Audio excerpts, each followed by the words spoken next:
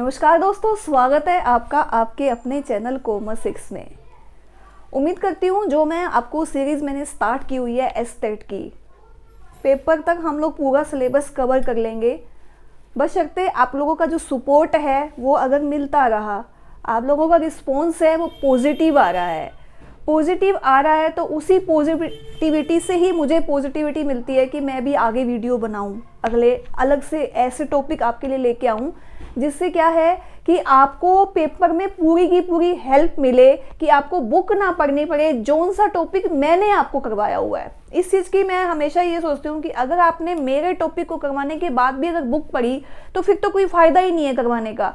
कोशिश यही रहेगी जो टॉपिक मैंने करवा दिया लगभग उसमें से जितने क्वेश्चन बन सकते हैं वो आपके अच्छे से अटेम्प्ट हो जाएं। बाकी पढ़ना मत छोड़िए, ये तो मैं बार बार कहती हूँ कि पढ़ते रहना बहुत अच्छी बात है। पढ़ेंगे तभी तो आप आगे बढ़ेंगे। और साथ ही साथ एक और बात और कहना चाहूँगी कि अगर आप ये चाहते हैं कि हम लोग जल्दी से जल्दी लाइव आएँ तो हम लोग क्या है, ज़्यादा से ज़्यादा मेंबर हमारे साथ जुड़िए। ये जो हमारा परिवार बढ़ता जा रहा है, इससे और ज़्यादा इस ग्रुप को आगे बढ़ाएंगे तो हम लोग जल्दी ही लाइव क्लासेस भी लेने लग जाएंगे। चलिए टॉपिक शुरू करते हैं, उसके बाद साथ के साथ हम लोग अपनी बातचीत भी रखेंगे। देखिए, हमारा देश आज़ाद हुआ 15 अगस्त 1947 को, सब जानते हैं बहुत अच्छे से, हमें सब पता है, हमने बहुत संघर्ष करा। उस दौरान में कुछ चेंजेस आए, कुछ पॉलिसीज बनी, कुछ एक्ट बने। मेन एक्ट हैं वो मैं अभी करा रही हूँ और कुछ एक्ट जो रह जाएंगे वो मैं अगली वीडियो में कराऊंगी आपको। देखिए ध्यान से कि जब हमारा देश आज़ाद हुआ था ना, तो उस समय में हमारा देश क्या था, कृषि प्रधान देश था, सबको पता है ये वाली बात। 1948 के अंदर 1948 में सबसे पहली क्या आई जी, इंडस्ट्रियल पॉलिसी आई। इंडस्ट्रियल पॉलिसी में से क्वेश्चन आपका आ सकता है औद्योगिक नीति, जिसे हम लोग हिंदी में बोलते हैं। औद्योगिक नीति पहली कब आई? पहली नीति आई 1948 में। और क्वेश्चन क्या बन सकता है कि एग्रीकल्चर बेस थी, एग्रीकल्चर बेस ही थी, ये एग्रीकल्चर बेस थी। उद्योगों में कंट्रोल किसका था? गवर्नमेंट का था, सरकार का कंट्रोल था पूरा का पूरा। किसके अंदर? पहली पॉलिसी के अंदर। क्वेश्चन क्या बनेगा, मान लीजिए पहली पॉलिसी आपकी कब आई? इंडस्ट्रियल 1948 के अंदर। किसके ऊपर बेस थी? एग्रीकल्चर बेस तो थी, इंडस्ट्रियल पॉलिसी थी, तो उसके ऊपर कंट्रोल किसका था? गवर्नमेंट का था, पूरा का पूरा कंट्रोल गवर्नमेंट का था। उसके बाद हम लोग आ गए। अच्छा, और एक और क्वेश्चन भी बनता है कि इसके अंदर क्या था कि 4 हमारी इंडस्ट्रीज थी, 4 सेक्टर जिसको हम लोग बोलते हैं, 4 सेक्टर थे इसके अंदर। उसके बाद आ गई हमारी अगली पॉलिसी। अगली पॉलिसी थी जी 1956 के अंदर। दूसरी पॉलिसी थी। पहली पॉलिसी किसने करी थी, इसकी अनाउंसमेंट किसने करी थी? तो अगर ये पूछा जाए तो आप लोग लिख सकते हैं श्याम प्रसाद मुखर्जी। श्याम प्रसाद मुखर्जी ने क्या किया था? इसकी अनाउंसमेंट करी थी पहली पॉलिसी की। फिर आ गए हम लोग दूसरी पॉलिसी पे। दूसरी पॉलिसी हमारी कब बनी? 1956 में। अगर क्वेश्चन आता है आपका इंडस्ट्रियल पॉलिसी कब बनी थी, दूसरी वाली 1956 में, तो इसको किसने बनाया था? मतलब कि इसको मॉडल किस बेस पे थी, मोटिवेट किसने करा था, किसने कहा था कि ये वाली पॉलिसी आपको इंडस्ट्रियल पॉलिसी बनानी चाहिए? तो वो थे जी पीसी महालनोबिस। पीसी महालनोबिस। आप लोग साथ साथ नोट करते जाइएगा, इसको अपने खुद के नोट्स बनाइए, सेल्फ नोट। जो मैं आपको वीडियो में आपको जो कंसेप्ट, जो आपको कंटेंट देती हूँ, आप लोग इसको नोट कीजिए, हो सकता है कोई क्वेश्चन इसी में से ही बन जाए। तो पीसी महालनोबिस ने क्या कहा था कि जो हमारा जो देश है ना वो उद्योगों से चलेगा, खाली बातों से नहीं चलने वाला, उद्योग बढ़ाने पड़ेंगे। तो उद्योग बढ़े, कौन से? सेकेंड पॉलिसी आई। और क्या क्या हुआ इसके अंदर? 1956 में LIC आई, लाइफ इंडिया कॉरपोरेशन। और क्या हुआ? 200 के करीब कंपनीज मर्ज हो गई। किस में मर्ज हो गई? LIC में। यानी 200 के करीब छोटी इंश्योरेंस कंपनियां मर्ज हो गई। किस में मर्ज हो गई? ये हो गई जी हमारी LIC के अंदर। फिर उसके बाद क्या हुआ, जी हमारा, हम लोग 1956 में पहुंच गए, कंपनी एक्ट आया, कंपनी एक्ट 1956, ध्यान रखिएगा, इसको भी नोट कर लीजिए। 1956 में हमारा कंपनी एक्ट आया, दूसरी औद्योगिक पॉलिसी आई, लाइफ इंडिया कॉरपोरेशन आया, 200 कंपनियां जो छोटी कंपनी थी वो मर्ज हो गई, किसमें, इंश्योरेंस कंपनी LIC के अंदर। और क्या हुआ जी, 1956 के बाद 1961 के अंदर इनकम टैक्स का जो एक्ट है ना, बहुत बार क्वेश्चन आ जाता है, आयकर अधिनियम कब बना, आयकर अधिनियम बना जी हमारा 1961 में। उसका क्या उद्देश्य था, कुछ मेन जो मोटिव्स थे वो मैं बता देती हूँ आपको, कि कोई भी टैक्स की चोरी ना करे, ऐसा कभी ना हो कि टैक्स की चोरी हो, मेन उद्देश्य यही था। बाकी तो गवर्नमेंट के अपने थे, इस एक्ट के अकॉर्डिंग क्या है कि टैक्स देना पड़ेगा, टैक्स का जो आय करदाता है वो यहाँ का होना चाहिए, वो सारे एक्ट वगैरह हैं जो वो हमें अभी इससे रिलेटेड नहीं है, हमें सिर्फ अभी एक्ट देखने हैं और मेन पॉइंट देखने हैं, ठीक है। फिर आ गए जी हम, उसके बाद हम लोग आ गए 1969 में। 1969 के अंदर क्या आया जी, MRTP एक्ट आया 1969 में। ये एक्ट बना कब, 1969 में, और पूरे देश में लागू कब हुआ, पूरे देश में लागू हुआ 1 जून 1970 को। नोट कर लीजिए, मैं आपको बार बार कह रही हूँ, बहुत इंपॉर्टेंट टॉपिक हमारा चल रहा है। अगर इसमें सिर्फ कुछ भी आप मिस करते हैं तो हो सकता है 1 या 2 क्वेश्चन आपके सीधे मिस हो जाएं।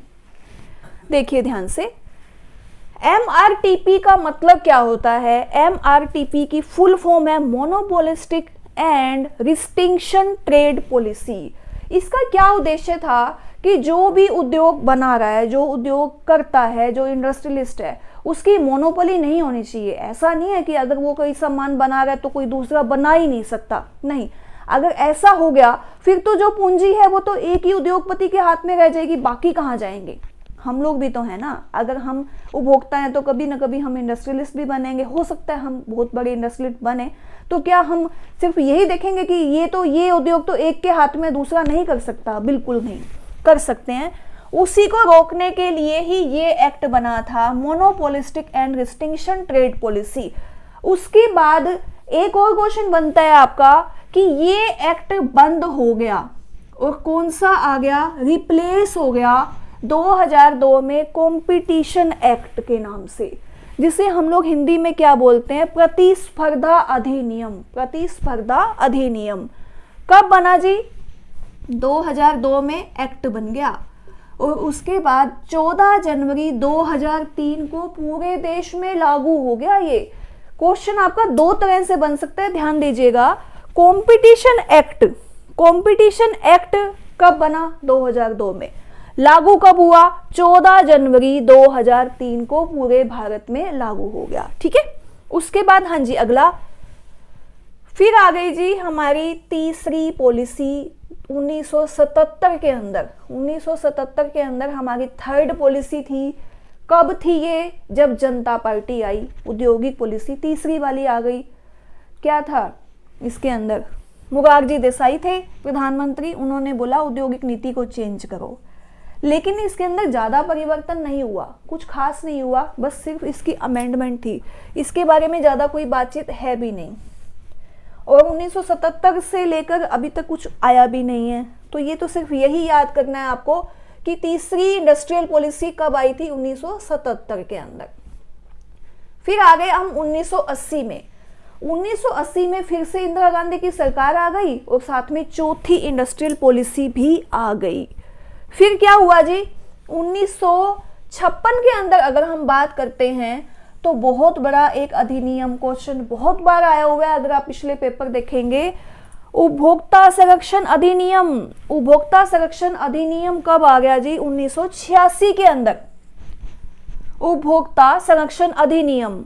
उसके बाद ये बंद हो गया, ये भी बंद हो गया, बिल्कुल बंद हो गया। ये तो क्या हुआ फिर इसका, इसके बाद ये भी 2002 में एक्ट बना, नया आया।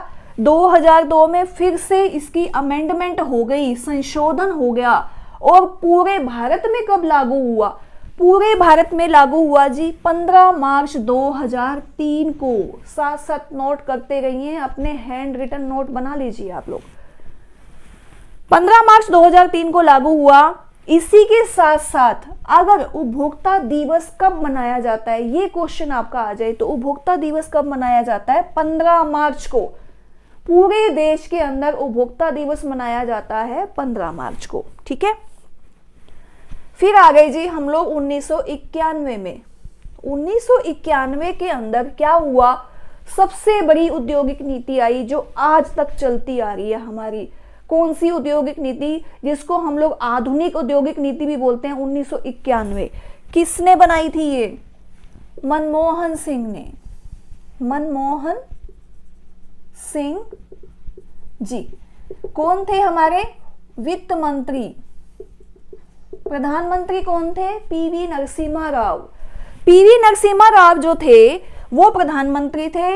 और हमारे देश की पोजीशन इतनी ज्यादा क्रिटिकल थी, हमारे जो विदेशी पूंजी है, जो जिसे फॉरेक्स बोला जाता है, वो उस टाइम में इतना ज्यादा डूब गया था। अगर मैं कहूँ कि हमारे देश के अगर हर मेंबर के ऊपर जो कर्जा है वो हजारों में पहुंच गया था तो कोई अतिशयोक्ति नहीं होगी। तो इतनी ज्यादा डाउन पोजीशन कि आईएमएफ जो हर देश की मदद करता है, विकासशील और जो विकसित देश होते हैं, विकसित नहीं, जो विकासशील और अविकसित देश होते हैं उनकी मदद करता है। आईएमएफ ने हमें जवाब दे दिया कि मैं कोई मदद नहीं करने वाला आपकी, आप तो डाउन हो चुके हो बिल्कुल।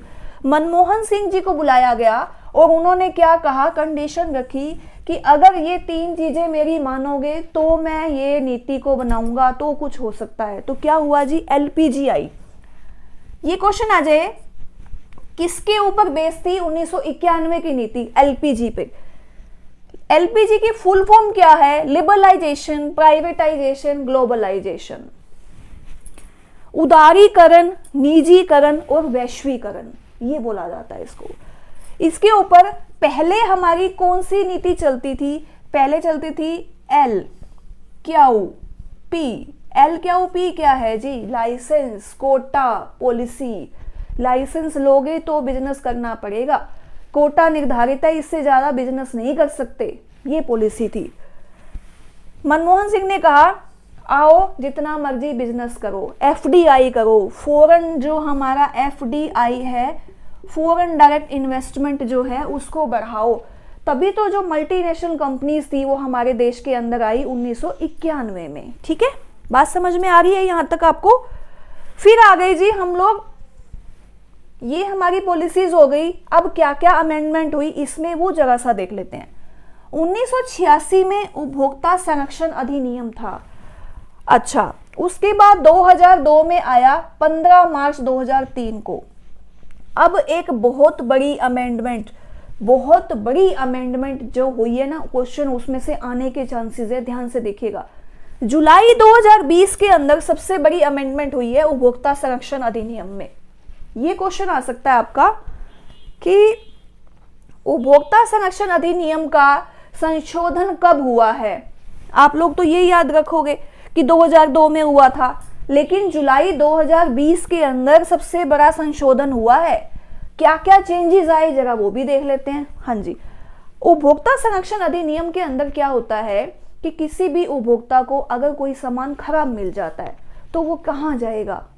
कहीं तो जाना पड़ेगा ना उसको। स्टेट लेवल पे जाए, नेशनल लेवल पे जाए, या फिर वो डिस्ट्रिक्ट लेवल पे जाए, कहाँ जाए? तो ये है जी, अगर मुद्दा पिछले 1986 के हिसाब से 20 लाख तक का है, 20 लाख तक का मुद्दा चल रहा है, कोई प्रॉब्लम चल रही है, तो कौन देखेगा जी? डिस्ट्रिक्ट देखेगा। 1 करोड़ तक की प्रॉब्लम चल रही है तो कौन उसको सोल्व करेगा? स्टेट लेवल पे।